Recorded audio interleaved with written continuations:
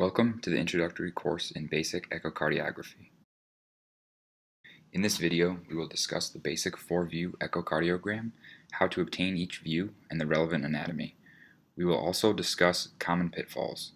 At the end of the video, relevant pathology that is often identified in each view will be briefly reviewed. Cardiac ultrasound is performed using a phased array cardiac probe. We will be performing this exam with a marker oriented to the right side of the screen throughout the entire video. This is a convention typically used by cardiology. The 4 standard views of a basic bedside echocardiogram are as follows: parasternal long, parasternal short, apical 4-chamber, and subxiphoid. Of note, many people evaluate the IVC in every echocardiogram. Therefore, we will include it here.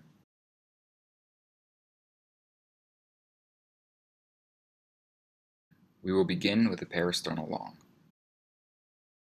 This view evaluates the right ventricle, left atrium, mitral valve, left ventricular outflow tract, and descending thoracic aorta. This view is also used to estimate ejection fraction and to determine if there is a pericardial effusion.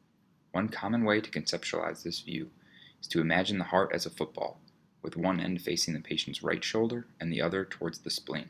The parasternal long view is a longitudinal cut of the football.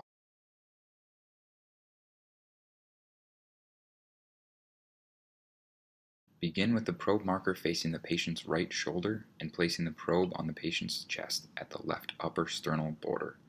Begin the exam by sliding the probe down the patient's chest wall immediately to the left of the sternum. Do not be afraid to continue to slide through after locating the heart, as often moving 1 or 2 rib spaces can enhance your view. Often, in intubated patients, the parasternal long axis view is seen 1 to 2 rib spaces more superior than one might expect. Once you have the optimal window through the rib space, fan and rock in order to view the right ventricle, left atrium, left ventricular outflow tract, and descending thoracic aorta in one image.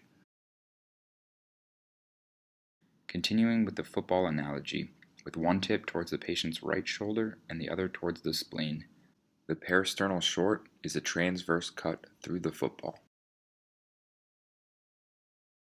The parasternal short view evaluates a transverse cross-sectional perspective of the left ventricle and intraventricular septum. In this view, concentric contraction of the left ventricle myocardium can be analyzed and is seen here. The left ventricle should be nice and round and should own the septum. The right ventricle should appear smaller than the left ventricle and be triangular in shape. The overall picture should look a little like an avocado. The parasternal short view is most easily obtained immediately following the parasternal long axis view. When viewing the heart in a parasternal long axis view, centered on the mitral valve, begin by turning the probe approximately 90 degrees clockwise so the probe marker is now facing the patient's left shoulder, or the 2 o'clock position. In this view, you are looking at the aortic valve in cross-section. Some people refer to the appearance of the normal aortic valve in this view as a Mercedes-Benz sign. By fanning from here towards the apex of the heart, the mitral valve will be visualized. It is classically described as appearing like a fish mouth. By scanning down further towards the apex of the heart, the papillary muscles begin to come into view. These are often likened to boxing gloves, and when these are seen in cross-section, this is the best view for gauging systolic function. The apical 4-chamber view is most often obtained following the parasternal short and evaluates all 4 chambers of the heart and can be used to evaluate the mitral and tricuspid valves, the pericardium, as well as global cardiac function. Most learners find this view most relatable to anatomical cardiac views. In the apical 4-chamber view shown here, the left ventricle and atria can be seen separated by the mitral valve on the right side of the screen, while the right atria, tricuspid valve, and right ventricle are visualized on the left side of the screen. The pericardium is a hyperechoic structure visualized surrounding the chambers. To obtain the apical 4-chamber view, move the probe from the parasternal short axis view inferiorly and laterally so that the probe rests close to the patient's point of maximal impulse. The probe should be rotated clockwise again so that the marker is in the 3 o'clock position or pointing directly to the patient's left. This view can be difficult to obtain and may take some scanning for it to come into view. One way to help obtain the view is to visualize the probe pointing superiorly and medially towards the patient's right scapula as seen here. Additionally, it is often necessary to have the patient rotate onto their left side into the left lateral decubitus position to obtain adequate views. The subxiphoid view is the fourth view we will discuss. This view is also part of the FAST exam in trauma patients and is a quick way to evaluate for a pericardial effusion or fluid within the pericardium surrounding the heart. For this view, you may want an overhand grip of the probe in order to easily flatten it to the patient's chest. Begin by palpating the patient's xiphoid process. Place the probe with the probe marker facing the patient's left side in the 3 o'clock position, directly inferior to the xiphoid process, pointed slightly towards the patient's left shoulder as shown here. The probe should be as parallel as possible to the patient in order to properly view all 4 chambers. Do not be afraid to apply pressure to obtain a better view. This view can be difficult and may be limited by body habitus in many patients, and increasing the depth is often necessary to visualize all 4 chambers. If the patient is not sedated, you may ask them to take a deep breath, which may improve the view.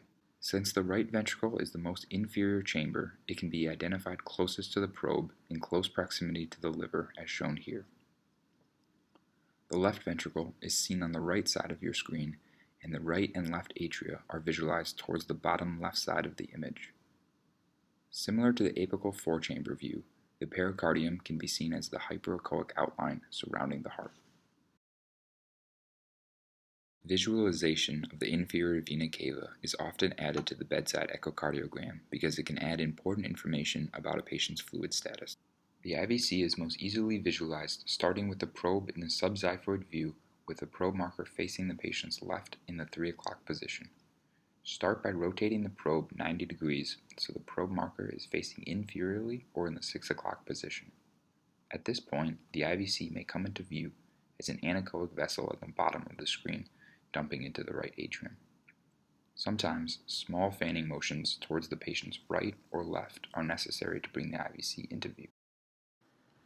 Next, we will highlight some interesting and common pathology that is easily visualized using cardiac ultrasound. In this clip, you can see dark or hypoechoic appearing fluid surrounding the heart contained within the pericardium as shown here. This is a pericardial effusion, or fluid collecting within the outermost lining of the heart. Note that the fluid is located between the heart and the descending thoracic aorta as shown here. This helps distinguish a pericardial effusion from a pleural effusion. If the fluid was located behind or posterior to the descending aorta, this fluid collection would most likely represent a pleural effusion, or fluid within the pleura of the lungs. When a pericardial effusion develops rapidly or becomes too large, it can cause cardiac tamponade. This is an effusion that has caused the pressure within the pericardium to be greater than the pressure within the right side of the heart, and therefore compresses the right ventricle, as shown here. Here is an example of a left ventricle which has decompensated.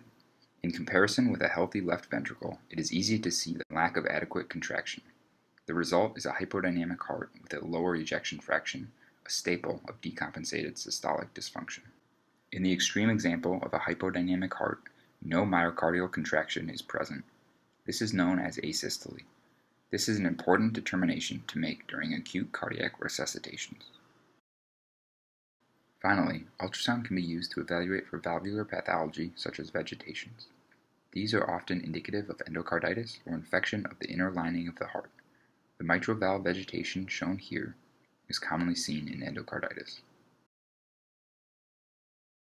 We hope this has been a useful basic introduction to focused cardiac ultrasound.